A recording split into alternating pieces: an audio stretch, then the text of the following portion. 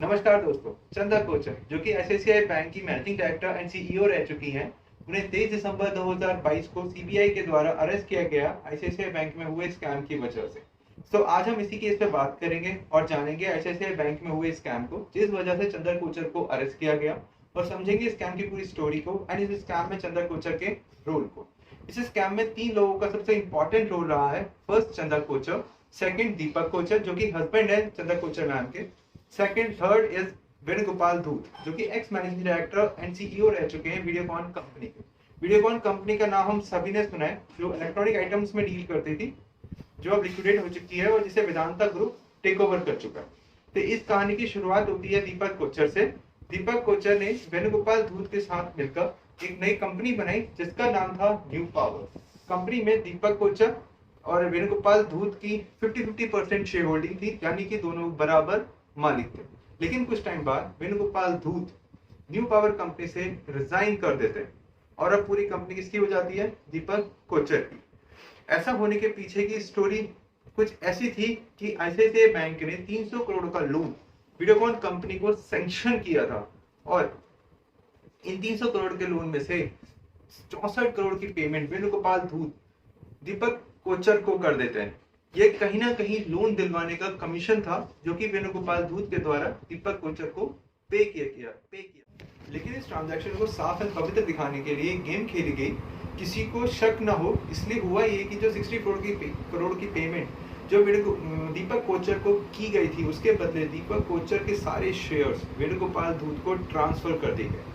यानी कि new power company बिक चुकी थी। जो कंपनी पहले दीपक की कोचर की थी, अब वो वेणुगोपाल धूत के कंट्रोल में आ चुकी थी, जिसके लिए 60 करोड़ की पेमेंट की गई थी इस ट्रांजैक्शन को साफ एंड पवित्र दिखाने के लिए। यहाँ तक सब कुछ अच्छे से हो रहा था, कोई लूप होल नहीं दिख रहा था, किसी को कोई दिक्कत नजर नहीं आ रही थी। लेकिन इस कहानी में मेन ट्विस्ट आया 2012 में।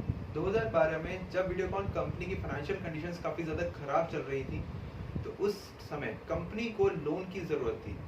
तब आईसीआईसीआई बैंक ने वीडियोकॉन कंपनी को 3250 करोड़ का लोन सैंक्शन कर दिया था। अब क्योंकि लोन की अमाउंट इतनी ज्यादा बड़ी थी, तो कोई एक पर्सन इसे सैंक्शन नहीं कर सकता था, इसलिए कमेटी बनाई गई। वो उस कमेटी का हिस्सा थी चंदा कोचर मैम। चंदा कोचर ने कमेटी की मीटिंग में लोन को सपोर्ट किया और अपना वोट लोन के अप्रूवल अपना वोट लोन अप्रूवल के फेवर में दिया था। यहाँ तक सभी को अच्छे से समझ में आ गया होगा। अब बात करते हैं चंदा कोचर को अरेस्ट क्यों किया गया। वो कहते हैं ना, शाते से शाते चोर भी अपना कोई ना कोई निशान या सबूत छोड़ ही जाता है। ऐसा ही हुआ इस केस में भी। जैसे ही 3250 करोड़ का लोन सैंक्शन हुआ, वीडियोकॉन कंपनी को दिया गया, अचानक से न्यू पावर कंपनी जो वेणुगोपाल धूत के कंट्रोल में थी, उन्होंने दीपक कोचर को सेल कर दी, वो भी सिर्फ और सिर्फ 9 लाख रुपए में। और यही गलती हो गई। जो कंपनी खरीदी थी कितने में? 64 करोड़ में, और बेच दी गई कितने में? सिर्फ 9 लाख रुपए में। और इसी गड़बड़ को एक शेयर होल्डर ने पकड़ लिया और वो बन गया विसिल ब्लोअर, और उसने RBI, ministry of corporate affairs, government, CBI, हर जगह कंप्लेन कर दी। RBI, CBI, MCA means ministry of corporate affairs को बहुत सारी कंप्लेंट्स मिली।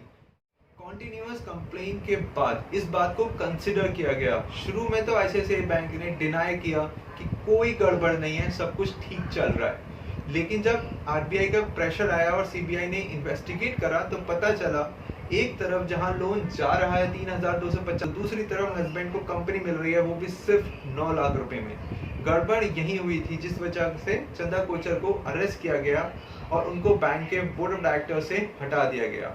अब अगर हम बात करें लेटेस्ट अपडेट की, तो अभी चंदा कोचर को अप्रैल 2023 में बेल पे रिलीज किया गया है और ये केस अभी भी पेंडिंग है कोर्ट में।